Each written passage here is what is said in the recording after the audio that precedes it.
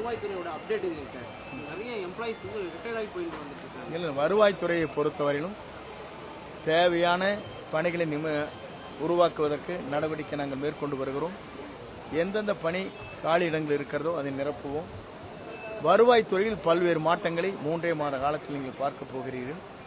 வருவாய்த்துறையும் அதே நேரத்தில் தொழில்நுட்பம் இங்கே இருக்கிற ஐடி, அதே போல பத்திரப்பதிவு இணைந்து அன்றைக்கு ஒரு கூட்டம் நடைபெற்றிருக்கிறது.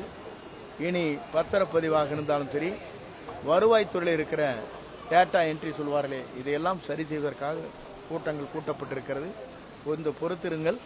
3 மாத காலத்திற்கு பிறகு ஒவ்வொரு துறையும் எப்படி செயல்படுத்த வேண்டும் என்பதை நம்முடைய முதல்வர் அவர்கள் அறிவுரை வழங்கியிருக்கிறார்கள். அந்த அறிவுரை ஏற்று ஒவ்வொரு துறையும் சாதனை படைக்கும். இல்ல எல்லாருமே இல்ல டிஜிட்டல் முறையை கொண்டு வருவதற்காகத்தான் ஐடி அந்த துறையை அழைத்து நாங்கள் பேசியிருக்கிறோம். எல்லாமே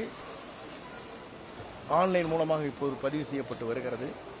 எதிர்காலத்தில் டிஜிட்டல் என்ற முறையில் அவரவர்கள் என்ன கேள்வி தெரிந்து கொள்ள வேண்டுமோ அனைத்தும் தெரிந்து கொள்வதற்காக இந்த துறை செயல்படுத்துவதற்கு நடவடிக்கை மேற்கொண்டு வருகிறோம். அதற்கு கொஞ்சம் கால அவகாசம் தேவை. பெண்களை காப்பாற்றுவதற்கு என்ன மாதிரியான படையை தமிழக முதலமைச்சர் அறிவிக்க போகிறார்னு சொல்லி நயினார் நாகேந்திரன் கேள்வி எழுப்பியிருக்கிறார். நயினார் நாகேந்திரன் போய் கேட்டால் அவரையே கேட்கணும். அவர் எப்படி பெண்கள் இது பண்றான்னு சொல்லி அவரை பொறுத்தளவுக்கு எப்படிப்பட்டவன்னு உங்களுக்கு தெரியும். அவருடைய இயக்கம் எப்படி இன்றைக்கு 11% 4% கொண்டு வந்தாரு. அதை சரி செய்ய சொல்லுங்க. தூத்துக்குடியில வந்து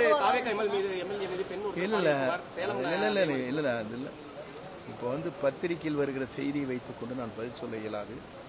குற்றச்சாட்டுகள் யார் மீது நிரூபிக்கப்பட்டாலும் தலைவர் அதற்குரிய நடவடிக்கை மேற்கொள்வார். தீர்ந்து போன கட்சியிலிருந்து இவங்க நிர்வாகிகளை விடக்கூடிய கட்சி எந்த அளவுக்கு காய்ந்து போயிருக்குன்னு சொல்லி மு.க. ஸ்டாலின் ஒரு இல்ல, தீர்ந்து போன கட்சி யாருது? எந்த கட்சி தீர்ந்து போச்சுங்கிறீங்க? நான் ஒரே ஒரு கேள்வி அவரிடத்துல, ஸ்டாலின் அதிகம் பேசக்கூடாது. மக்களால் நிராகரிக்கப்பட்டிருக்கிற ஒரு முதலமைச்சர் அவர் இந்த மாதிரி கருத்து சொல்றதை காட்டில அமைதியாக இருந்து தன் கட்சியை வளர்த்துற வழி பார்க்கலாம், மக்களிடத்தில் செல்வாக்கு பெறுவதற்கு வழிவகுக்கலாம்.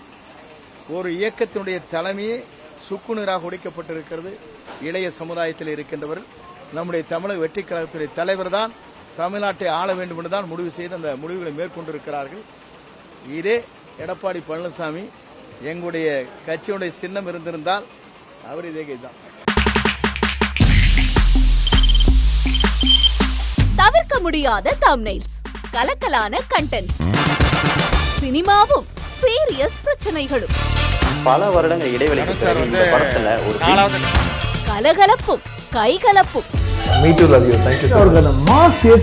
போயிட்டே தான் இருக்காரே தவிர பிரேக்கே இல்லாமல் பிரேக்கிங் நியூஸ் சொல்லும் தந்தி டிவி ஆப். இன்ஸ்டா தலைமுறை வரை இறங்கி அடிக்கும் தந்தி டிவியின் டிஜிட்டல் எக்ஸ்க்ளூசிவ். அது தண்ணிக்குள்ள போகும்போது ஹேங் ஆயிடுச்சு. உங்களுக்கு விஜய் சார் எந்த அளவுக்கு ரொம்ப பிடிக்கும்? Of course, Malayalis are huge Vijay sir fans. ரெண்டு பேருமே ரொம்ப பிடிக்கும் எனக்கு. தந்தி டிவி ஆப்பை இலவசமா டவுன்லோட் செய்யுங்க. ஃபாலோ பண்ணுங்க, சப்ஸ்கிரைப் பண்ணுங்க, என்ஜாய் பண்ணுங்க.